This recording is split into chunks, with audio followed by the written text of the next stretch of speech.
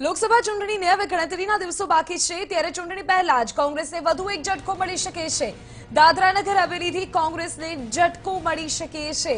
કોંગ્રેસના દિગ્ગજ નેતા મોહન ડેલકર કોંગ્રેસથી નારાજ છે તેવા સમાચારો મળ્યા છે।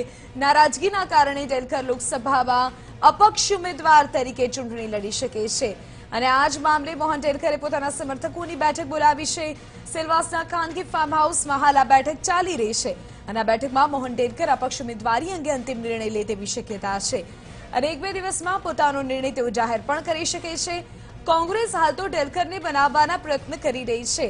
ઉલ્લેખનીય છે કે મોહન ડેલકર વડાપ્રધાન નરેન્દ્ર મોદી સાથે એક સ્ટેજ પર જોવા મળ્યા હતા તો લાલડુંગરી ખાતેની રાહુલ ગાંધીની સભામાં ગેરહાજર રહ્યા હતા।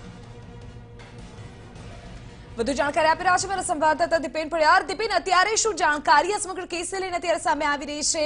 શું મોહન ડેલકરને બનાવવાના પ્રયત્નો અત્યારે કરવામાં આવી રહ્યા છે? બિલકુલ વિધિ, દાદરા નગર હવેલીમાં કોંગ્રેસનો મોટો ઝટકો છે તે પડી શકે છે। દાદરા નગર હવેલીના કોંગ્રેસના નેતા, દિગ્ગજ નેતા કહે છે કે મોહન ડેલકર તેઓ કોંગ્રેસથી નારાજ છે અને નારાજગીને કારણે મોહન ડેલકર છે તે દાદરા નગર હવેલી બેઠક ઉપરથી અપક્ષ ઉમેદવારી કરે તેવી પણ શક્યતા છે। સેલવાસ અને ખાનગી ફાર્મ હાઉસમાં મોહન ડેલકરે પોતાના 500 થી વધારે સમર્થકોની બેઠક છે તે બેઠક બોલાવી છે અને આ બેઠકમાં અંતિમ નિર્ણય છે તે લેવામાં આવશે। મહત્વનું છે કે મોહન ડેલકર સેલવાસામાં નરેન્દ્ર મોદીની એક સભામાં પણ સ્ટેજ ઉપર જોવા મળ્યા હતા। ત્યારબાદ તેઓ ભાજપમાં જોડાવાની અટકળો છે તે વેચી થઈ હતી। ત્યારબાદ મોહન ડેલકર છે તે ગુજરાત કોંગ્રેસના પ્રભારી રાજીવ સાતવ છે તેમની સાથે તેમણે મુલાકાત કરી હતી અને એવો ખુલાસો પણ કર્યો હતો કે તેઓ ભાજપમાં નથી જોડાવાના, કોંગ્રેસમાં જ રહેવાના છે।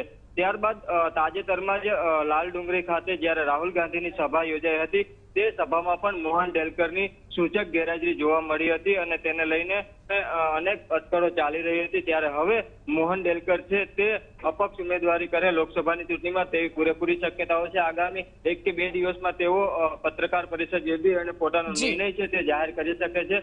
મહત્વનું છે કે ભાજપમાં અને કોંગ્રેસ બંનેથી છેડો ફાડી અને અપક્ષ રહેશે। મોહન ડેલકર છે તે 6 વખત ત્યાંથી રહી ચૂક્યા છે અને દિગ્ગજ નેતા ગણવામાં આવે છે ત્યારે કોંગ્રેસ માટે આ ખૂબ જ મોટો કહી શકાય। જી વિધિ, બિલકુલ દીપેન, આભાર તમામ જાણકારી બદલ। તો જો મોહન ડેલકર કોંગ્રેસ સાથે છેડો ફાડશે તો ચોક્કસપણે ખૂબ મોટો ઝટકો કોંગ્રેસને લાગી શકે છે। ત્યારે તો મનાવવાના પ્રયત્નો કરવામાં આવી રહ્યા છે। ચર્ચાઓ એવી અત્યારે સામે આવી રહી છે કે તેઓ અપક્ષ ઉમેદવારી નોંધાવી શકે છે।